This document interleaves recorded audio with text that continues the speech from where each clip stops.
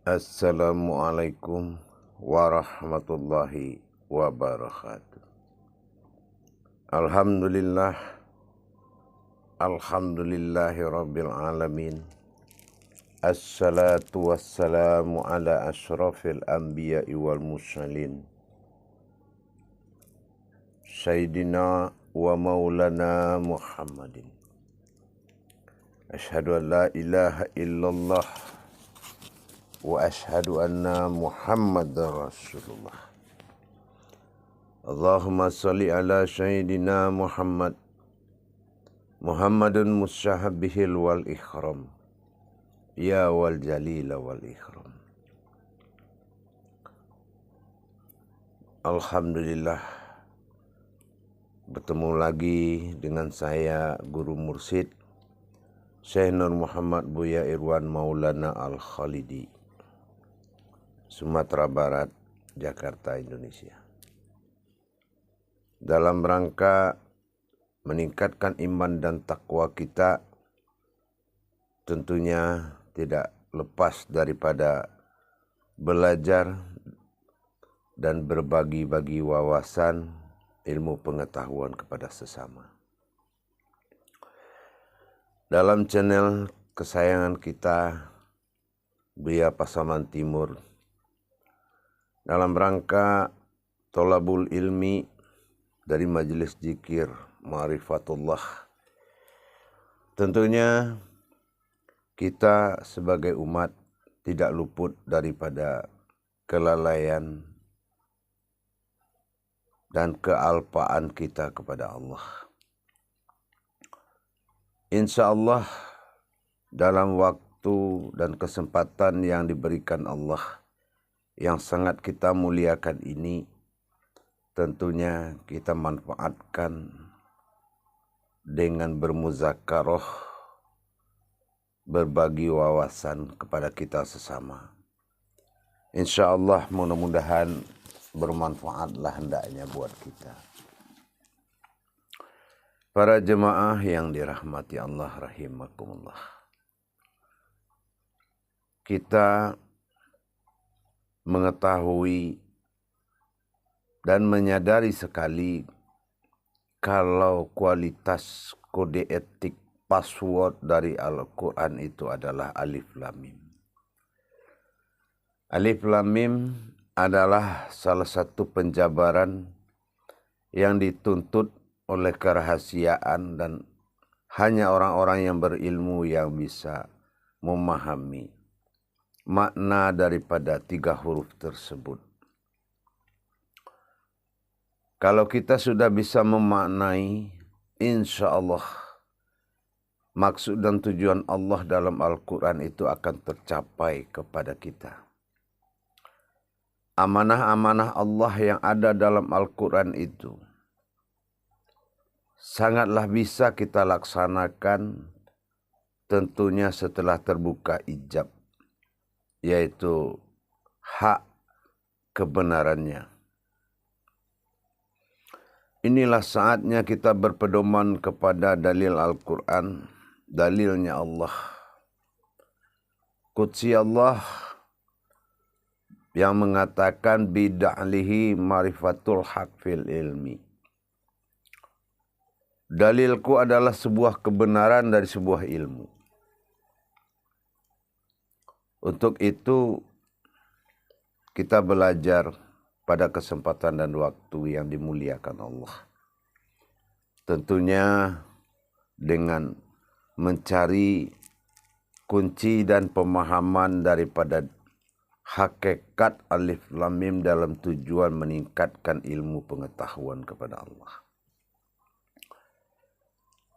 Sebagai kuncian yang akan kita pelajari adalah tujuan-tujuan hakikat Allah dan Muhammad, yaitu Al-Quran.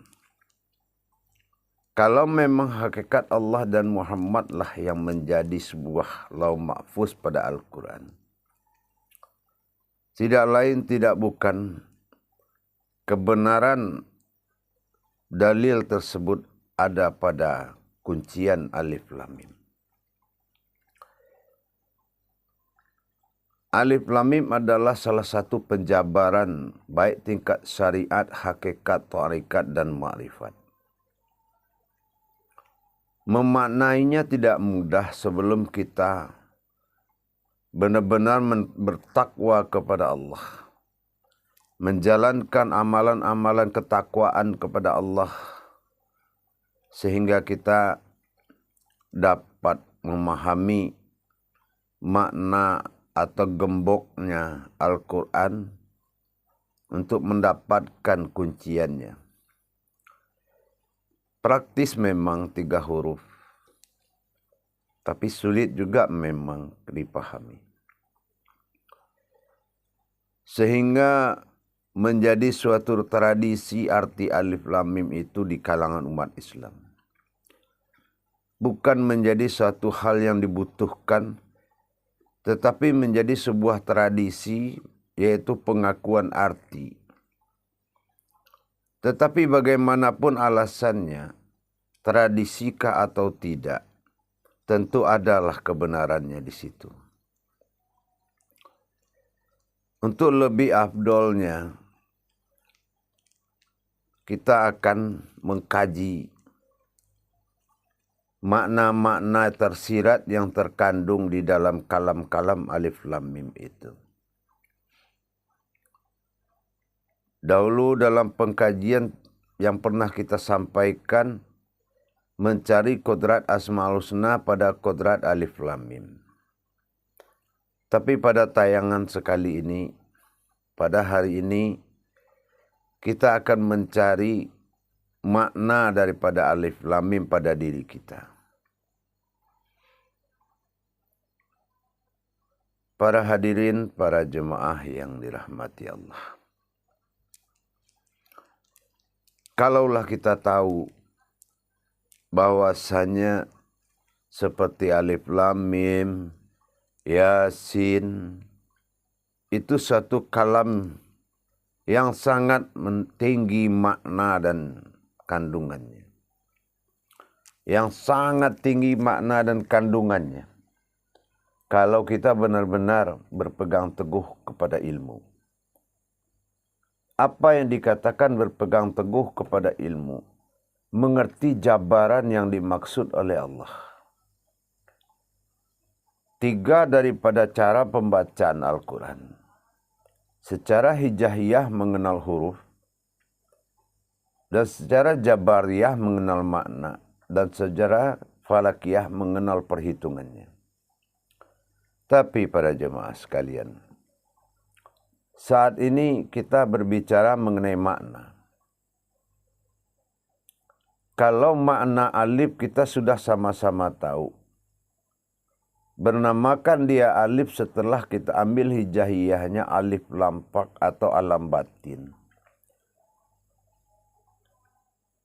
Tapi kena alif ini pada kodrat zahir dan batin. Berarti ada zahir, ada batin. Kalau kita melihat dia berupa huruf tersurat, berarti ada huruf tersiratnya. Itu yang dimaksud alif dan batin. Tapi kalau kita kaji ke dalamnya, bernamakan dia sebuah alif karena ada 3 pokok huruf yang terkandung dalam alif lam. Alif lam fa. Kita kenal hukum kodrat hijaiyah. Alif sirnya Allah. Lam makomnya. Fa itu adalah gerakan batin atau kodrat batin. Adanya makom kodrat batin. Ada makom dinamakan nurani berupa Adam. Jasad pada zahirnya. Adanya sir berupa alif pada batin, pada hakikatnya. Dan ada pada kodrat alam, kodrat diri. Zatnya Rasulullah menjadi mewujudnya Rasulullah rohani bagi kita. Tapi dalam pada itu, kalau kita mengenal kembali potensi yang ada di dalam diri kita yang berkodratkan alif lam mim, adalah suatu kodrat yang sangat mulia.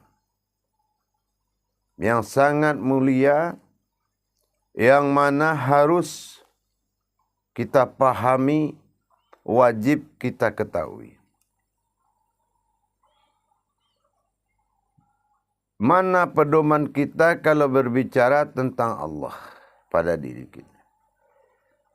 Dan mana kodrat Rasulullah pada diri kalau ingin kita berbicara tentang Rasulullah. Dan mana kodrat nurani Adam sebagai Nabi Allah pada diri kita. Kalau kita bicara tentang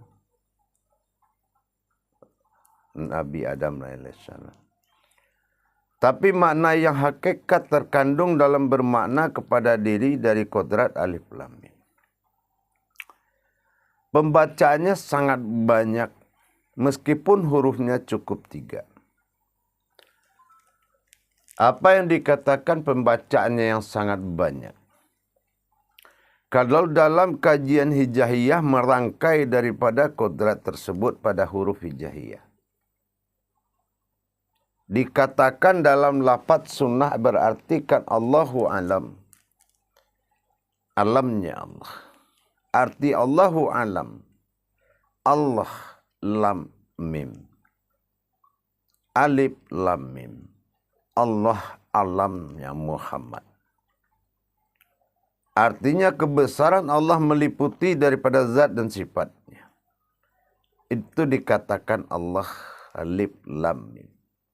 Yang mana sir pada maujudnya bersifat alif lam lam ha. Pada kodratnya zat rohani. Dan pada hayatnya nurani pada Adam. Alif lam mim. Kalau kita ambil huruf ini dalam rangka kita ambil dari belakang huruf mim alif lam atau mim lam alif. Mim lam alif kalau ditarik dari ujung ke pangkalnya, itu menandakan Muhammad alamnya Allah. Inilah maujudullah. Kaji daripada maujudullah, Allah ingin dipanggil Muhammad. Allahumma salli ala Sayyidina Muhammad. Dina Muhammad. Karena tidak ada sahadah dalam kalam, maka Allah membuat tauhid Muhammad kepada dirinya. Tidak boleh kita mengatakan langsung, oh itu Allah. Maka dikatakan Muhammad alamnya Allah. Mim alif lam. Atau min lam alif. Kalau kita balik lagi lam mim alif. Nah, ini kita acak-acak. Lam mim alif. Alam Muhammad itu Allah. Apa yang dikatakan alam Muhammad itu Allah?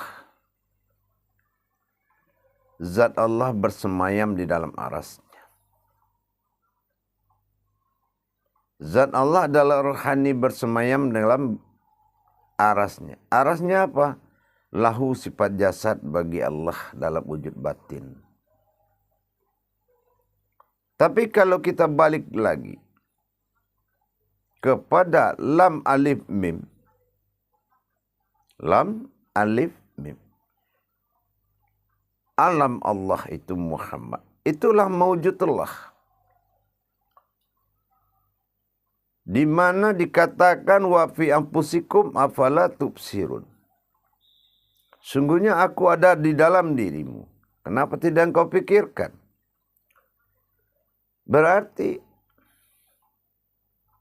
jelas jemaah. Ternyata kerangka-kerangka dari alif lam mim tadi itu adalah maujudullah pada diri kita. Maujudullah, kemanapun kita bolak-balik menyusun huruf yang 3 tadi, hijaiyah yang 3 tersebut, tetap wahuwa ma'akum ainama kuntum. Dia semuanya, haknya dia semua, maujudnya dia semuanya.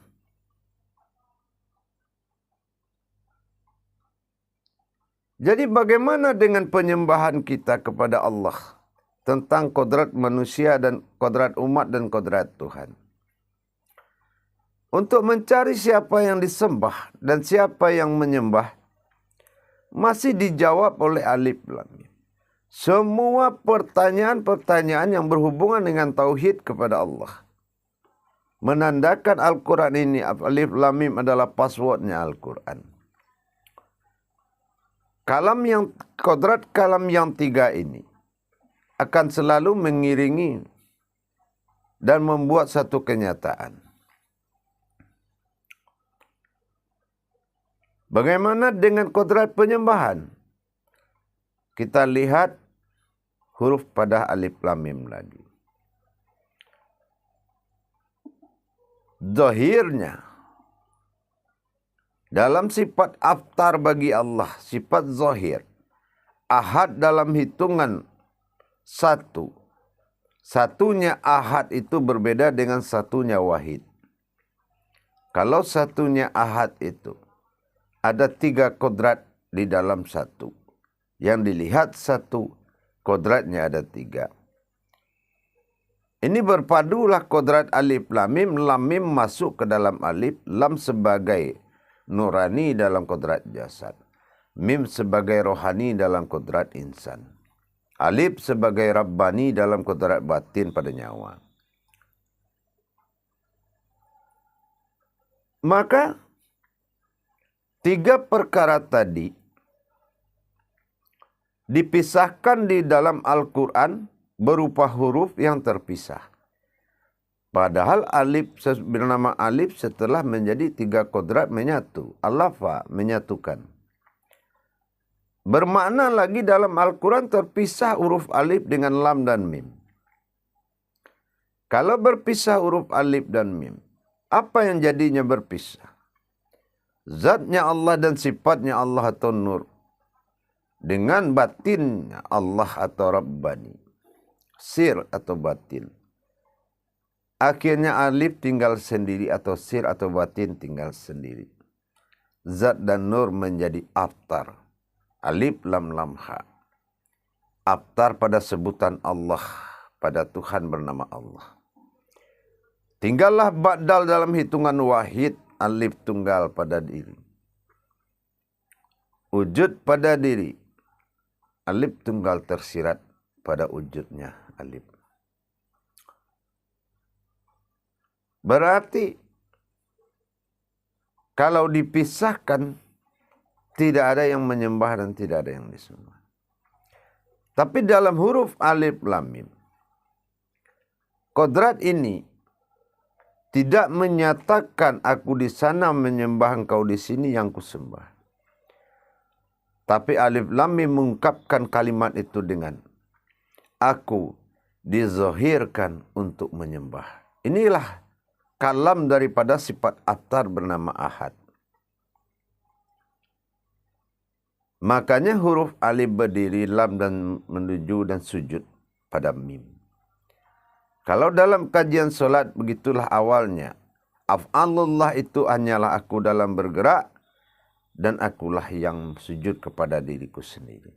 Artinya apa? Diri sifat bernama aftar, panggilan berasmakan Allah yang sujud kepada ilah Tuhan tunggal dalam masa ba'dal. Inilah tersirat.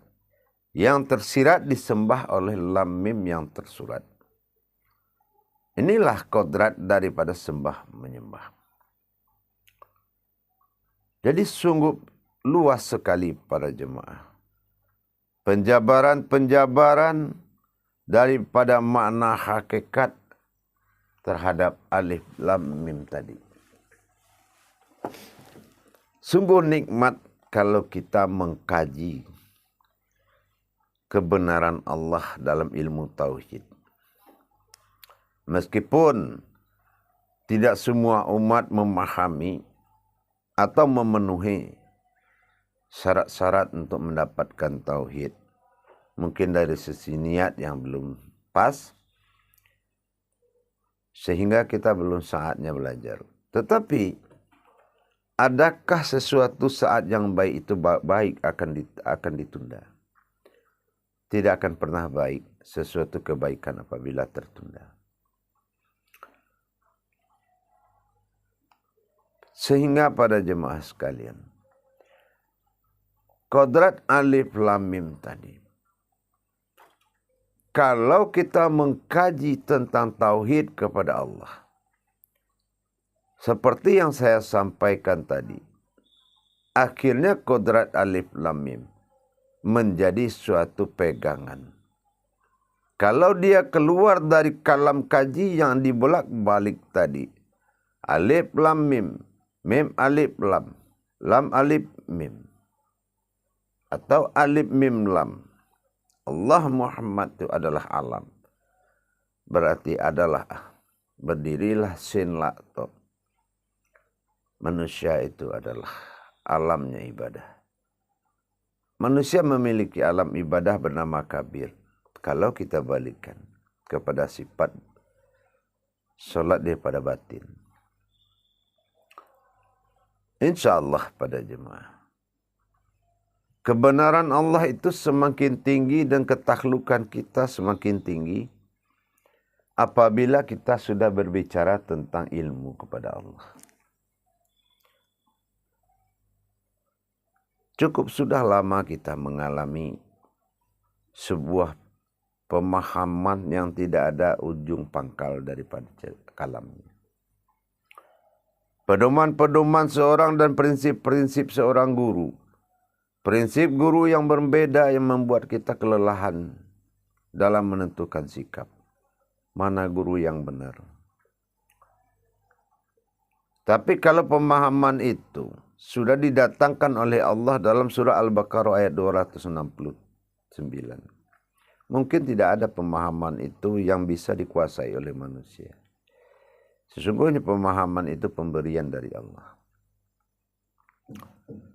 Apalagi memahami tentang sunnahku. Al-Quran dan sunnahku kata Allah. Inilah yang seperti kita kaji dalam kodrat passwordnya Al-Quran alif lam mim. Kalau passwordnya handphone kita tahu semua. Kenapa password Al-Quran tidak tahu? Apa guna password? Pembuka. Kita tidak akan tahu ribuan berita yang ada di dalam HP itu. Yang berita yang penting-penting, pesan yang penting-penting, apabila tidak bisa membuka password. Begitu juga Al-Quran.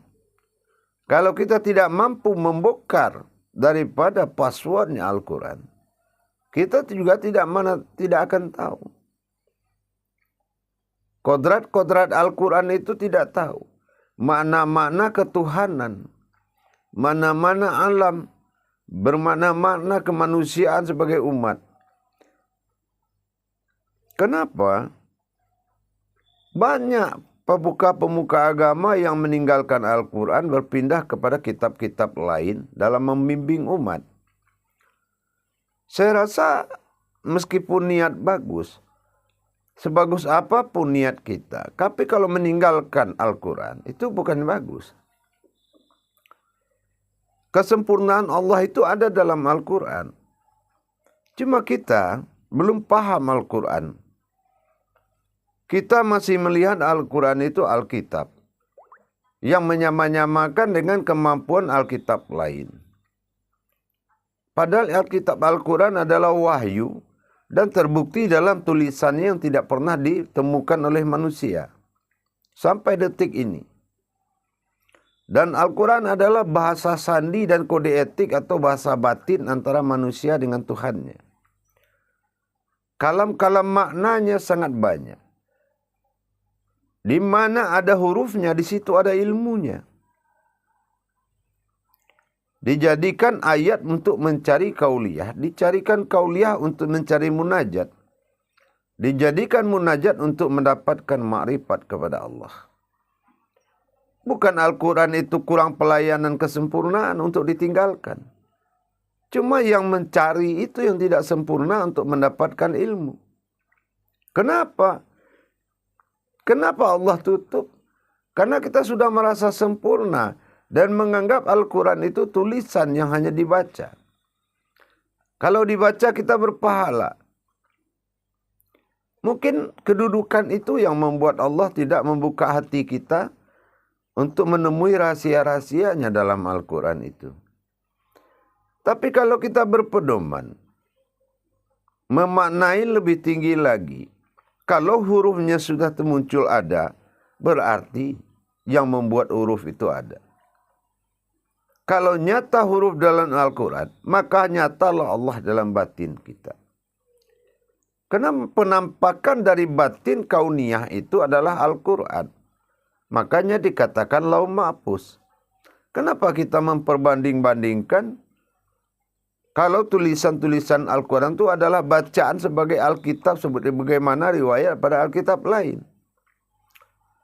Padahal semua Alkitab mengaku dari Tuhan, tapi menulisnya manusia.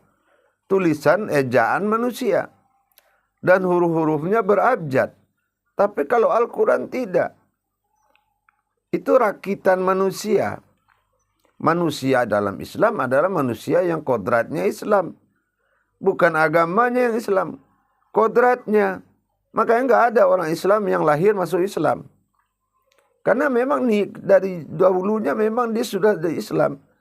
Apa Islamnya diri? Yaitu din. Dal, alif, nun. Dal itu bergerak, alif itu sirat, nun itu hayat. Yang bergerak keluar dari rahim ibu itu adalah kehidupan tersiratnya Allah. Hayatnya Allah bernama insan. Meskipun dia dilahirkan, tapi Allah sudah katakan, aku tidak beranak dan tidak diperanakan. Berarti kita tidak boleh melihat kodrat yang dilahirkan itu adalah kodrat penciptaan manusia. Tapi itu adalah kodrat yang dihijrahkan ke muka bumi. Pandangan kita harus luas. Makanya jangan berpedoman kepada kekuatan kitab. Tapi berpedomanlah kepada kodratnya kitab.